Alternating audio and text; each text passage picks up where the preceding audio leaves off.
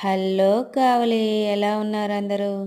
Welcome to Sandhya honey YouTube channel. నేనైతే బాగున్నాను. అందరికీ భోగి పండగ శుభాకాంక్షలు. భోగభాగ్యాలతో సుఖ సంతోషాలతో ఉండాలని కోరుకుంటున్నాను. భోగి నాడు పిల్లలకి భోగి పళ్ళు ఎందుకు పోస్తారంటే,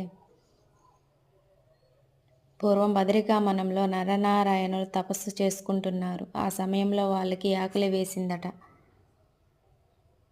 అప్పుడు సమీపంలోని రేగు చెట్టు దగ్గరికి వెళ్ళి పండ్లను కోసుకొని తిన్నారట. అందుకే బదరీ ఫలం శ్రేష్టమైనది అని చెబుతారు.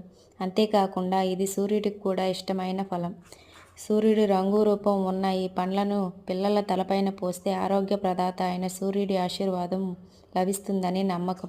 ఇక వైద్యపరంగా చూస్తే ఆయుర్వేదంలో రేగు పళ్ళకి ఎంతో ప్రాధాన్యం ఉంది. ఇది నేత్ర సంబంధ జీర్ణ సమస్యలను నివారిస్తాయి. అందుకే భోగి నాడు 5 ఏళ్లలోపు ఉన్న పిల్లల తలపైన రేగు పండ్లు, చిల్లర నాణాలు, పువ్వులు పోస్తారు.